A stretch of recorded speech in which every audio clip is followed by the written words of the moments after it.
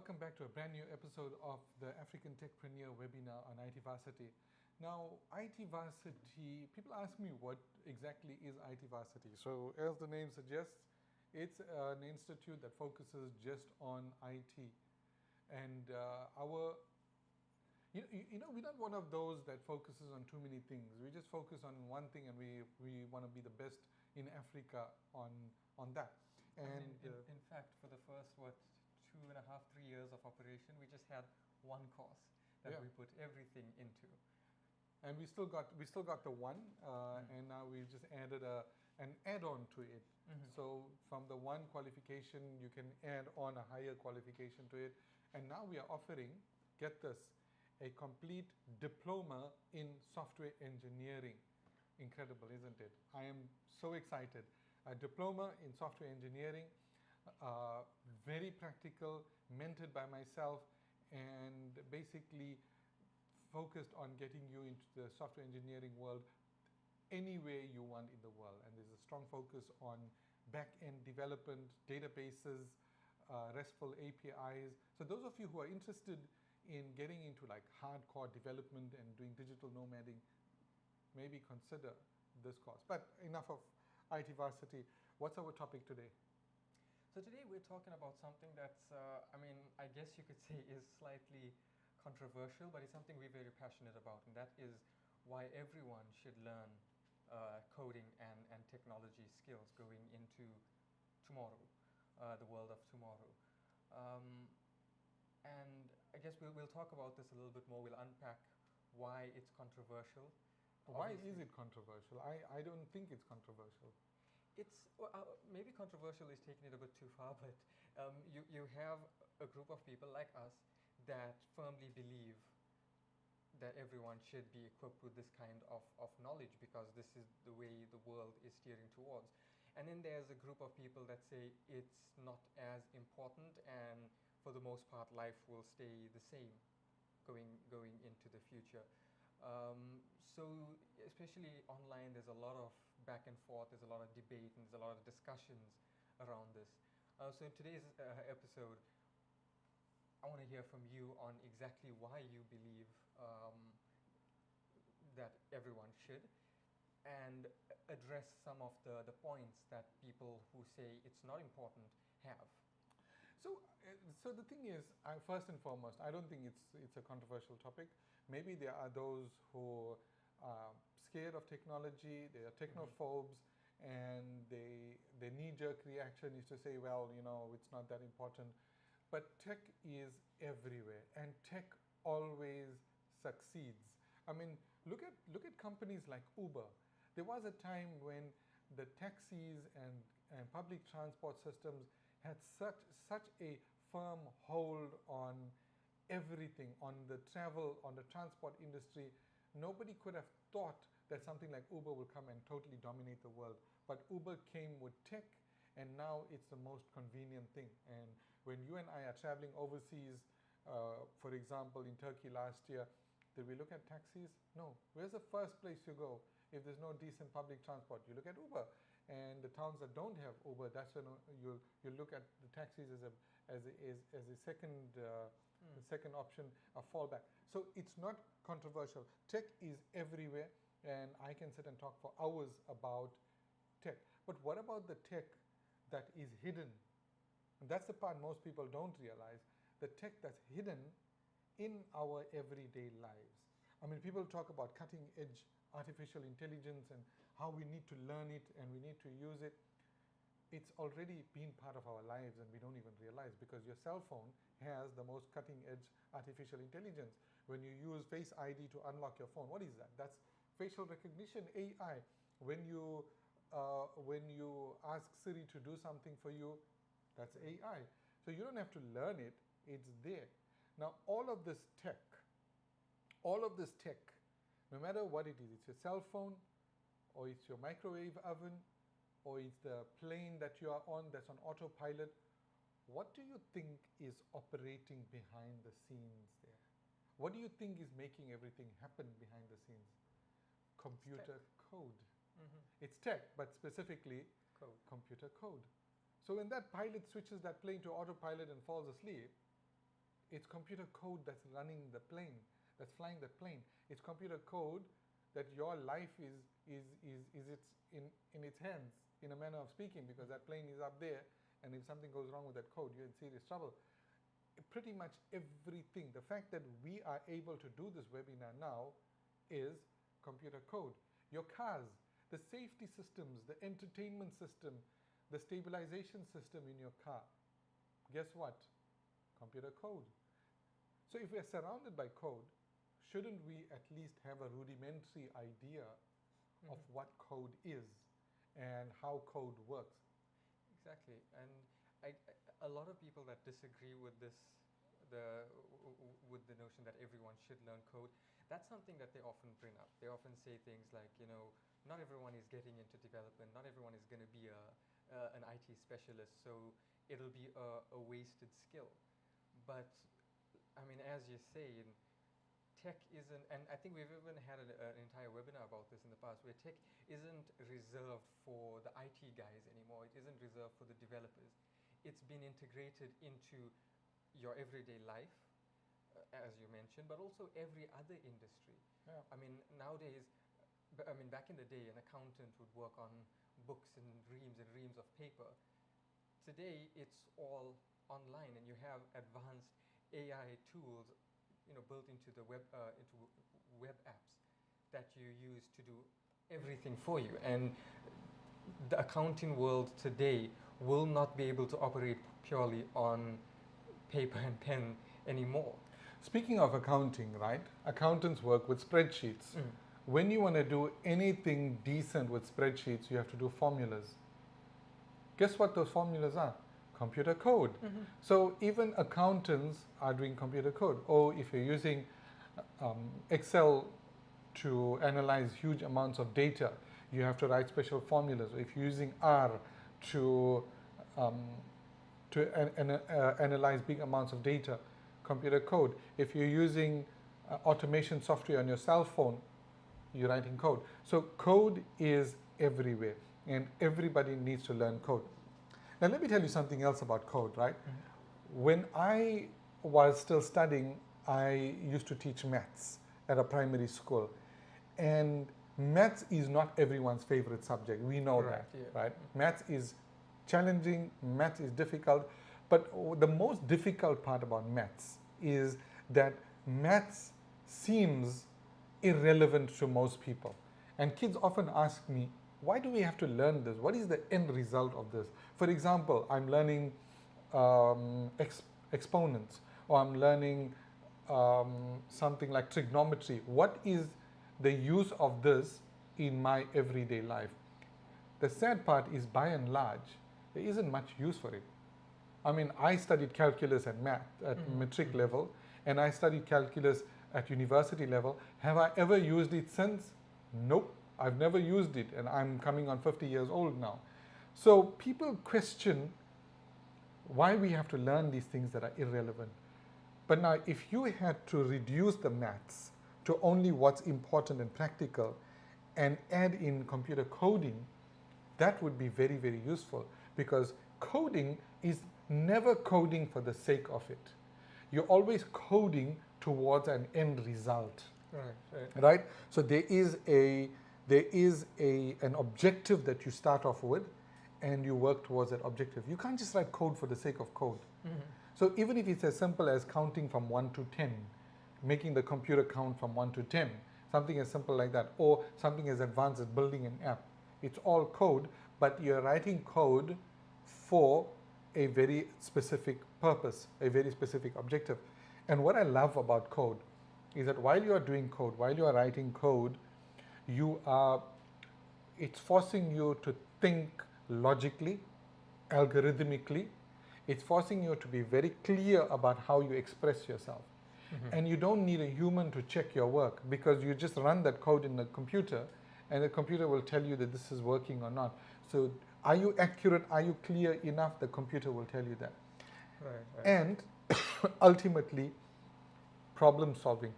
Code teaches people to creatively solve problems. Exactly, and that's one of the biggest reasons I believe that every school should teach kids how to code, even if it's the most basic level, like Scratch, because of those added benefits you get from it. Learning to code isn't just about building an app or building games.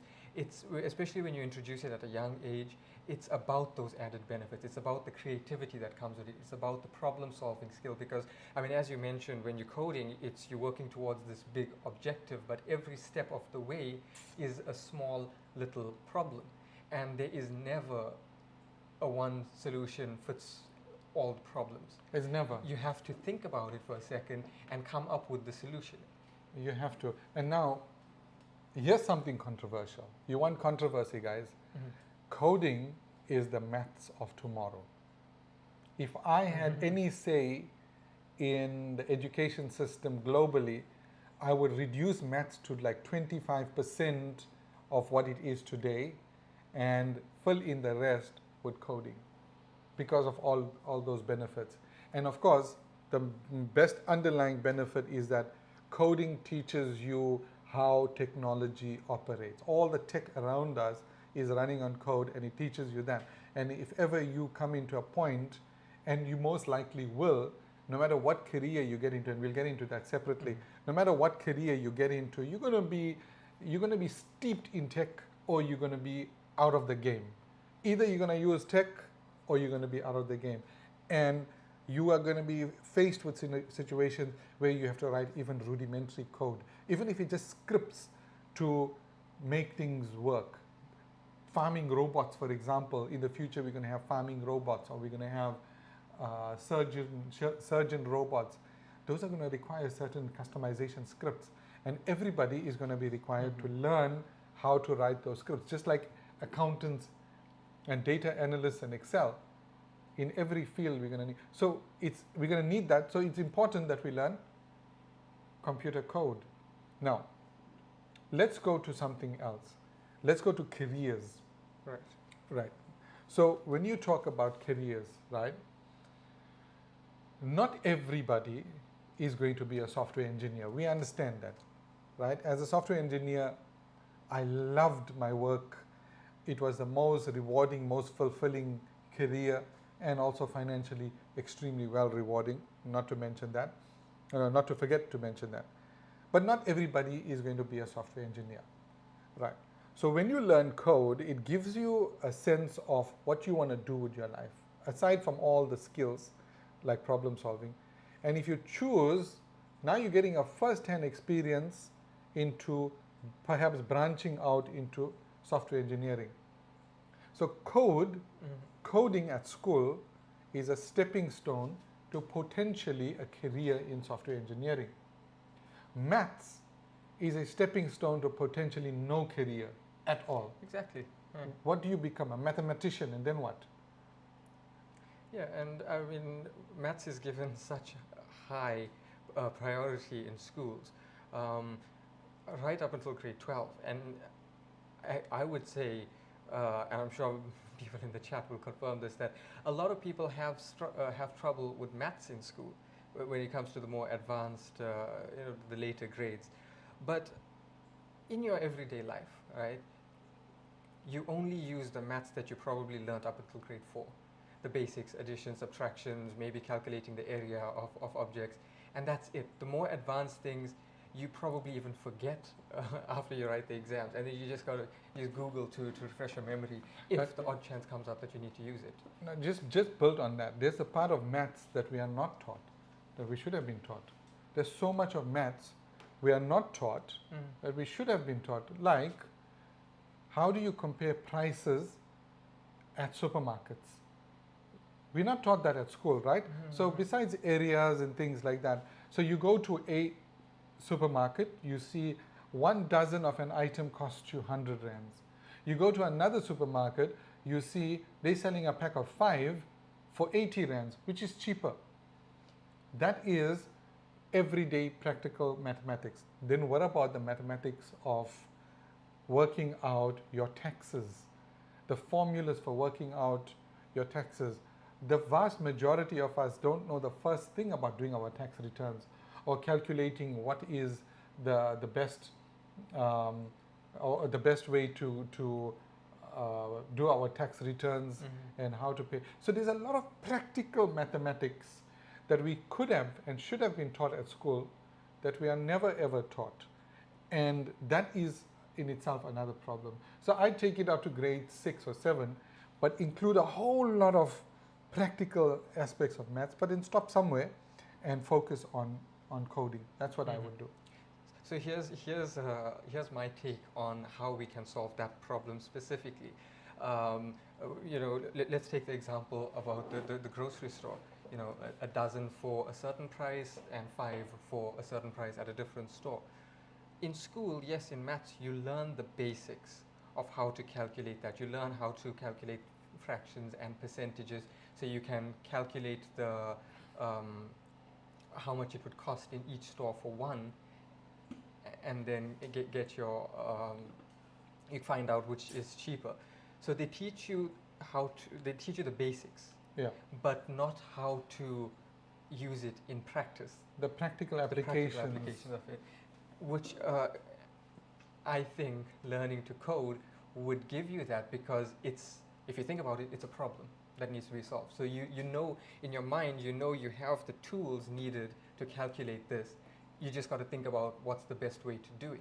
Why should that be the case? Why didn't they bring maths onto a practical level and show everyone that maths is useful to an extent? Maths is a necessary part of life. There's no getting away from that. That I understand and I accept.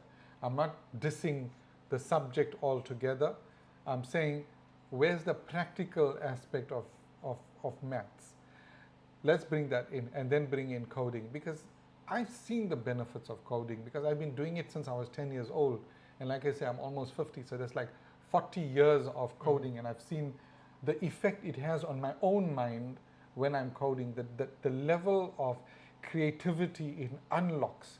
It's like explosions of creativity that happen inside my own head. So coding, definitely everybody should be taught at, from primary school level up until metric, and then people can choose from there. Okay, I want to go into a coding career as a software engineer, or I want to go into some other career. Both ways, that code will come back and it'll be useful for them. Otherwise, they're going to get left out in their careers. Right. And I mean, you mentioned that you've been coding for almost 40 years now. Yeah. So you've been really into the tech world, so I think people should take advice like this from you seriously. I'm not just saying that, but it's because I can only imagine what you saw the world, or what the world was when you started coding, when you were just a little 10-year-old child. And every single year, every single decade, there was massive changes in technology. And today, you have things like ChatGPT. You can ask it just about anything and the computer talks back to you. Or cars completely driving by themselves. So you witnessed that change from a world that was completely foreign to technology to what it is today. So I feel like people should take this seriously when Yeah, I mean, I started all the way back there. Let me show you something, right? I'm going to tilt the camera a bit. Now, guys, can you see that? Can you see that? Commodore 128. That is my first computer. That is the computer that I started coding on. And the 128 stands for 128 kilobytes of memory. What's the memory on your laptop? I have 16 gigs. 16 gigs. That thing, my first computer, was 128 kilobytes. Now, what's a kilobyte versus a gigabyte, right? One kilobyte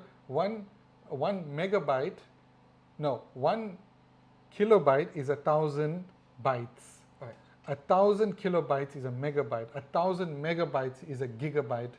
And you've got 16 million kilobytes of memory. 16 million kilobytes of memory. My computer there had 128 kilobytes. 128 versus 16 million. Am I getting that right? 1,000. Yeah. 1,000 kilobytes is a megabyte, 1,000 megabytes is a gigabyte. Yeah. Where's 16 million and where's weighs 128, but I was doing some amazing things with that. Right. So I've been doing this a long time, and it's shaped my mind in the most beautiful ways. When I am tired and I'm stressed and I can't think of new ideas, I go and I start coding. I just code, and I love code. Okay, so let's talk about that now. Careers, right? I, from a young age, I knew I wanted to be a software engineer. There's no doubt about it. And I went and I achieved my dream, won awards, Vodacom App Star Award and everything. I had a very fulfilling career. Now I am transferring that knowledge into the next generation. But what about those people that don't want to be software engineers? What about somebody, and this happened to me in Cape Town. I was in a Bolt taxi, and I asked the guy, is this your career of choice? He says, no, this is not something I enjoy doing particularly. I'm just doing this to survive. And so I asked him, really, what would you like to do given the opportunity? He said, I would like to get into farming. Okay. He's saving up to get into farming. So I told him, do you realize, I asked him a question, do you realize how much of technology there is in farming today? He said he didn't know. And I gave him an example of a friend of mine in Tembisa who runs a tunnel farm where he plants only lettuce, and it's all fully automated with computers and sensors. Today's farms, if you look at Singapore, it's coming up in Mauritius now where I just came back from, it's incredible. The plants are not grown in soil. They're grown in a substrate, like pebbles, and there's water pumping through those pebbles, and the roots of the plants are in that water. And that water is nutrient rich. And where's that nutrient coming from? It's coming from a nutrient storage which is controlled by artificial intelligence. So the AI monitors every plant, and then it knows, by monitoring the plant, it knows what nutrients the plant needs, and it pumps that nutrients into the water, and only that. So gone are the days when you just put fertilizer and you expect the best. This thing is giving the plants exactly what they need, and so those plants thrive and they grow faster, better, and you're getting beautiful, beautiful crops growing. That is agriculture of the future. Okay, we spoke about agriculture. What career would you like to know about besides agriculture? Name me a career, and I'll tell you how tech is being used in there. Okay, logistics. Logistics, right, okay. This one is very interesting. Do you know that every month, thousands of tons of food go to waste at supermarkets because they are surplus stock? Food is going to waste, money is going to waste.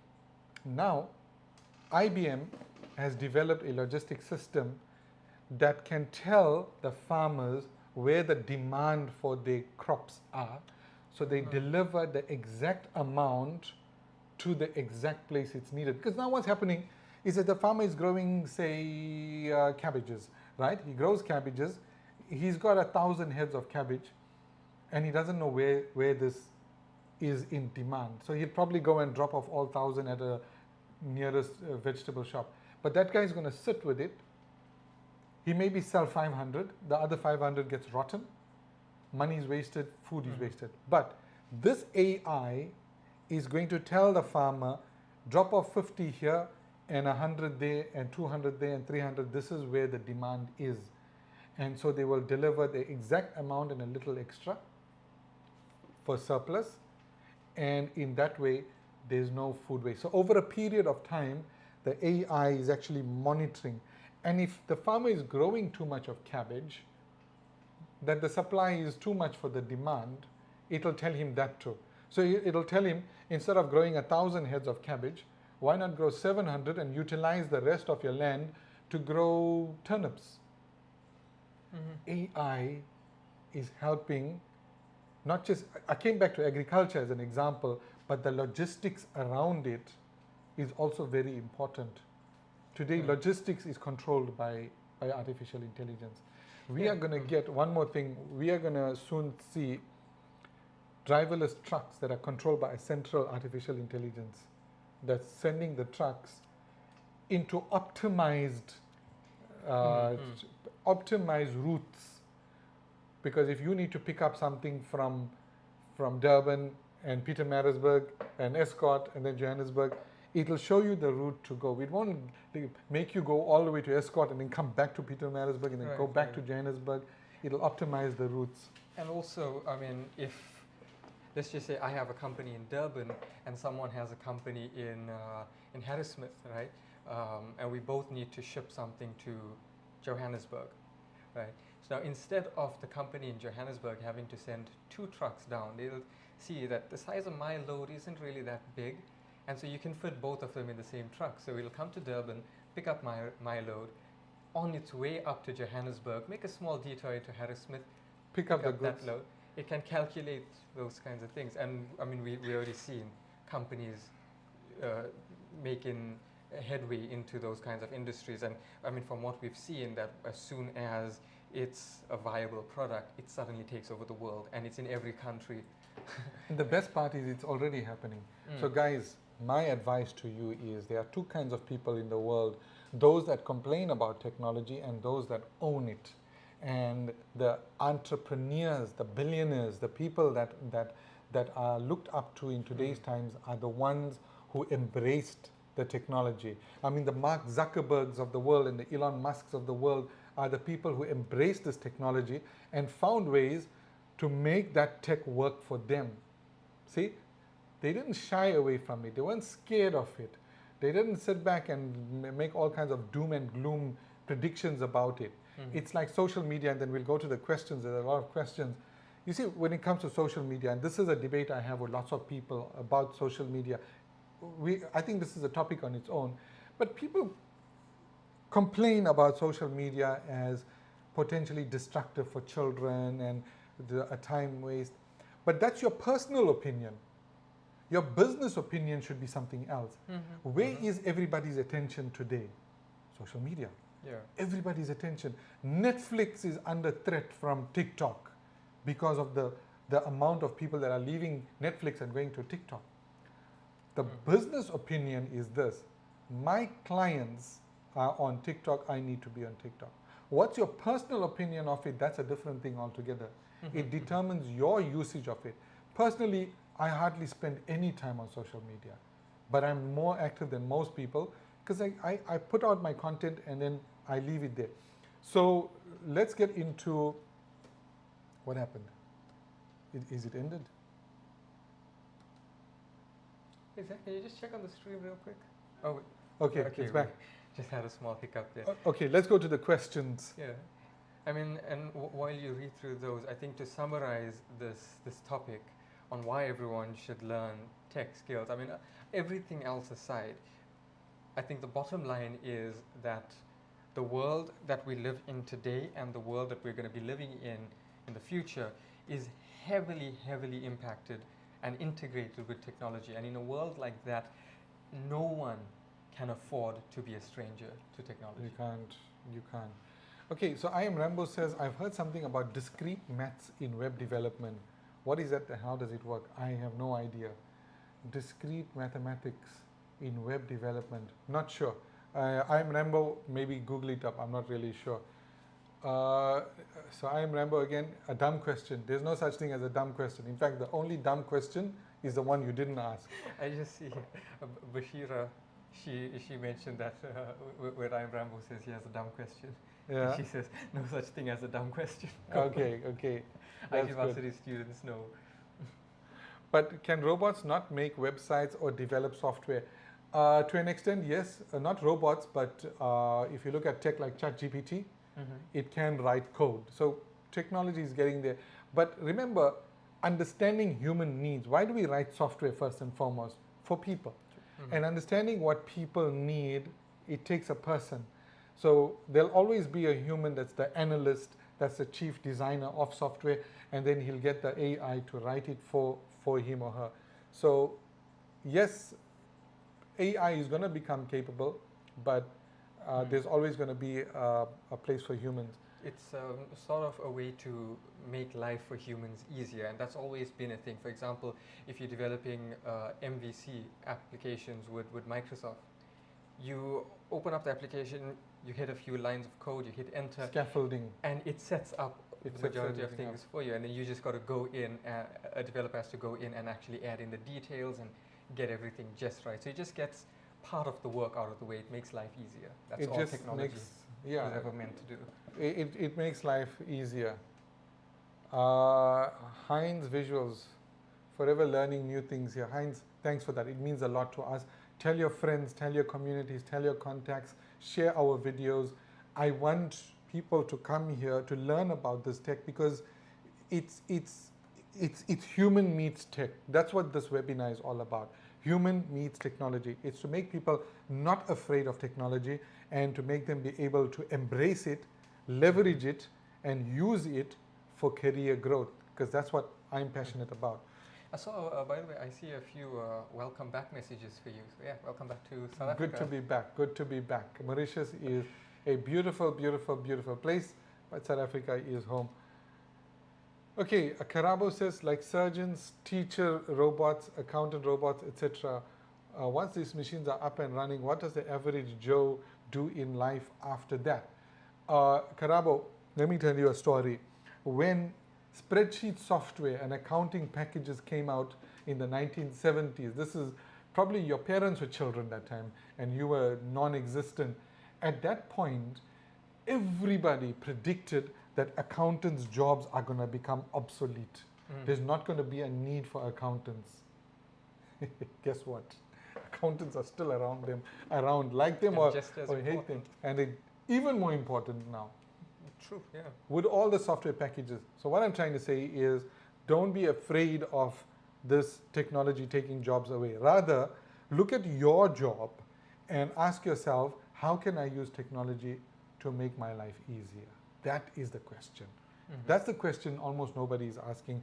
And the few successful people are going to be those who ask that question. Snay says, can we please get an IT Varsity app where we can get these type of insights and tips on a daily basis? Hey, go to TikTok. I put out stuff on TikTok, Snay. I'm too lazy to go and build another app. Bashira asks, what does financial management look like in the future with AI? Very simple. Very, very simple. Some banks, not so much here in South Africa, but in other countries, I was reading about this, I think in the United States, where your banking app becomes your personal finance manager, right? See how it does this. Now, in the US, people hardly pay cash for anything. They use their credit cards or their phones with Apple Pay to make payments. And what the banking app does is that it keeps a track record of all your expenses, and at the end of the month, it gives you a readout, it gives you a dashboard showing where you spent your money. So if you want to know at the end of the month, how much did I spend on coffee this month? It will tell you that. If you want to know how much you spend on eating out, it will tell you that. How much you spend on entertainment, like going for movies, clothing, it will be able to tell you all of that. And it'll give you a summary at the end of the month. And here's the way it gets really intelligent. It will suggest to you where you can save money and where you can invest that money. How cool is that? So it'll tell you at the end of the month, okay, you spent a bit too much on cappuccinos this month. If you maybe made your cappuccinos at home, you could save so much of money. That's how clever. And then it takes things a step even further than that, where it will give you a warning. Okay, here's a problem we all face, right? Come 2 weeks into the month, we broke, right? Who hasn't experienced that? This app will help you to spread out your expenses. It'll warn you when you're making a big expense that you really want to do this now because you're going to go broke if you do this. So maybe consider not buying this right now. Or if you've got a debit order coming up, and it's a miracle that South African banks haven't figured this out yet. If you've got a debit order coming up and you're going to overspend so that that debit order will bounce, it will stop you from spending. So let's say you got a 100 Rand debit order coming out and you've got 150 rands in your account, it'll allow you to spend 50 rands only. If you try to spend 55 rand, he'll tell you no, you've got a debit order. At the very least, yeah, gives you a warning, ask you, are you sure you want to process this payment? Exactly. It gives you a warning. South African banks haven't figured that out yet, a bunch of idiots. Okay, so human resources, Bashira, human resources, like the name suggests, is always going to be a human thing. There is never going to be a human resources robot. Trust me. Yeah. But I think, I mean, just like with financial management and accounting, the technology and AI and those kinds of tools are there to make life easier and ensure that you can do your job a lot cheaper and a lot more efficiently than if you weren't using those tools. So that's why they're important. They are there to, with those kinds of careers, they are there to make your life better, basically, make your life easier. Not replace you. Not replace you, like, to make your life easier. We use some, for IT Varsity's finances, we use some pretty advanced tools. It's all just there to make the accountant's life easier.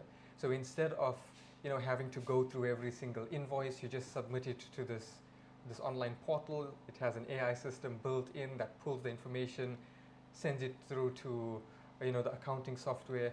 The accounting software pulls information from our bank. So if we submit an invoice that's already been paid, it says, hey, I found this payment on your bank that looks like it matches. Is it the same? And we say, yep, sure enough, it's the same payment. It's the same payment. Reconcile it. Incredible technology. So it just saves a lot of time and a lot of effort. Well, we've run out of time on the topic of time. In fact, we've gone 7 minutes over time. Guys, once again, thank you very much. Thank you so much for attending the webinar and for your amazing questions and your responses. Please tell everyone about this. Tell your friends, tell your communities, tell your classmates, invite them to the webinar. We put out the thumbnail a week in advance. They can go in and click on remind me when this happens and get them to join us. Don't forget to follow. And for those of you who are thinking about a career in software engineering, just don't go anywhere else but IT Varsity. Go and check out Entrepreneur. We've got a 2-year diploma in software engineering where I personally mentor every student, and it's something that I absolutely love to do. And our students are out there doing some amazing things. I was talking to a student this week, Monday, who's not even finished Entrepreneur, and he's earning $36 an hour doing IT work for a company in the United States. Imagine that. He's in South Africa. $36. That's what? That's about 360, about 500 rands an hour. 500 rands an hour. That is a good amount of money. So there's nothing for you guys to worry about. If you want to get into IT careers, this is the place to be. Bye-bye.